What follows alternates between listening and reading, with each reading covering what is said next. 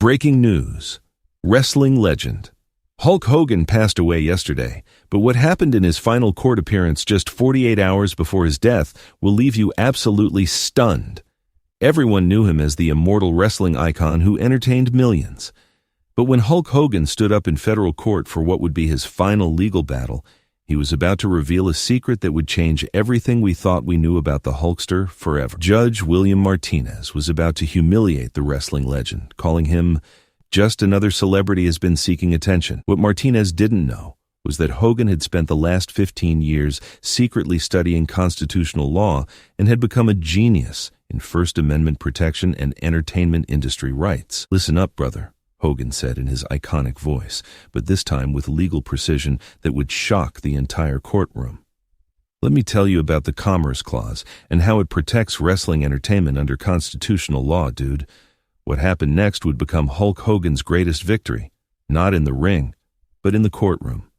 Before we dive into this incredible final battle, smash that like button and subscribe for more shocking celebrity legal genius stories. Martinez's World, corporate entertainment. Skeptic Judge William Martinez represented the old-school judicial establishment that looked down on professional wrestling as fake entertainment. At 58, the federal judge had built his career on serious corporate litigation and had zero respect for what he called circus performers pretending to be athletes. His judicial philosophy emphasized traditional business law over what he viewed as frivolous entertainment industry claims. Martinez particularly despised celebrity legal cases, seeing them as publicity stunts that wasted the court's time. That day, facing the aging Hulk Hogan in his courtroom, Martinez's prejudices were obvious. Here was a 70-year-old former wrestler trying to sue a major corporation. In Martinez's mind, just another washed-up celebrity looking for a payday. He had no idea he was about to face the most devastating legal mind in entertainment history. Hogan's hidden journey. From ring to constitutional scholar, the world knew Terry Hulk Hogan, Bolia, as the biggest wrestling superstar of all time. From his early days in the WWF to becoming the face of professional wrestling, Hogan had entertained generations and built a multimedia empire worth hundreds of millions. But what fans never knew was that behind the "what you gonna do, brother" persona was a man obsessed with understanding the legal framework that governed entertainment, media rights, and performer protection. Starting in 2008, after years of contract disputes and seeing younger wrestlers get exploited, Hogan began intensive study of constitutional law through USC's entertainment law program. While fans thought he was retired, he was actually earning advanced certifications in constitutional interpretation, First Amendment protection, and entertainment industry regulation. "Brother, I've been body slammed by enough crooked contracts to know I needed to understand the law that's supposed to protect performers," he had told his daughter Brooke during one of their private conversations. Working with constitutional scholars from USC and Harvard, Hogan spent years studying Supreme Court precedents on entertainment law, performer rights, and constitutional commerce protection.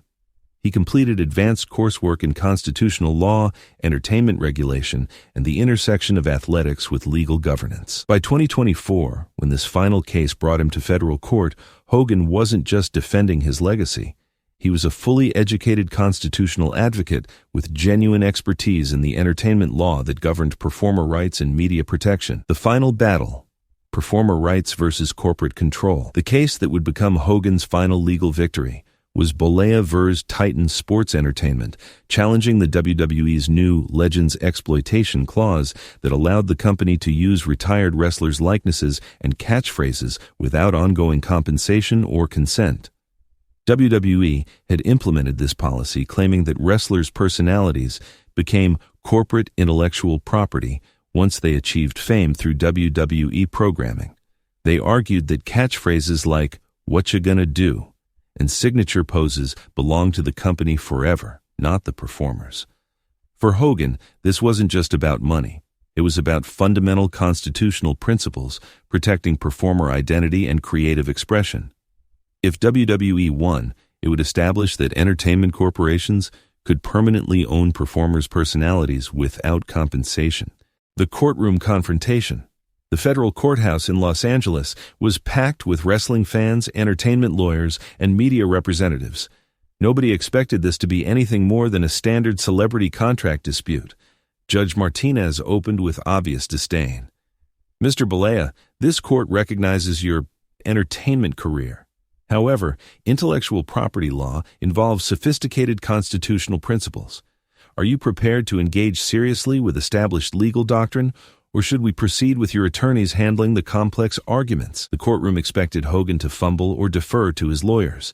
Instead, the Hulkster stood up with surprising dignity and legal confidence. "Well, let me tell you something, brother," Hogan began, his voice carrying new authority. The Supreme Court's decision in Zacchini v. Scripps Howard Broadcasting established that performers have constitutional property rights in their professional personas that cannot be appropriated without compensation. Dude, a shocked murmur went through the courtroom. This wasn't the cartoon character they expected. Martinez's shock, the Hulkster's constitutional knowledge. Judge Martinez's expression changed from condescension to surprise as Hogan continued his legal analysis. The First Amendment protects creative expression, brother, but it also protects performers' rights to control their creative identity. When WWE claims permanent ownership of my personality, they're violating both constitutional property rights and the Commerce Clause protections for individual creative control. Dude, Martinez leaned forward, now genuinely interested. "Mr. Balea, you're citing some sophisticated constitutional precedents. Where did you develop this legal expertise?" Hogan's response would shock everyone. "Brother, I've spent the last 15 years studying constitutional law at USC and Harvard. I've worked with Professor Jennifer Rothman on right of publicity law and Professor Eugene Volokh on First Amendment entertainment protection. When you've been body slammed by enough bad contracts, you learn to understand the constitutional principles that should protect performers, dude." The courtroom erupted. Legal reporters were frantically taking notes. Even WWE's high-powered attorneys looked stunned. The constitutional smackdown Martinez, now taking Hogan seriously, challenged him. "Mr. Balea, how do you reconcile performer rights with legitimate corporate intellectual property interests?" Hogan was ready. "Listen up, brother. The Supreme Court in Midler v. Ford Motor Company established that corporations cannot appropriate performer identity for commercial use without permission. WWE wants to have it both ways. They want to claim ownership of my creative expression while also claiming First Amendment protection for their own corporate speech, dude." Martinez was impressed, but pressed further. "What about the contracts you voluntarily signed giving WWE these rights?" "Well, let me tell you something, brother," Hogan responded with growing legal confidence.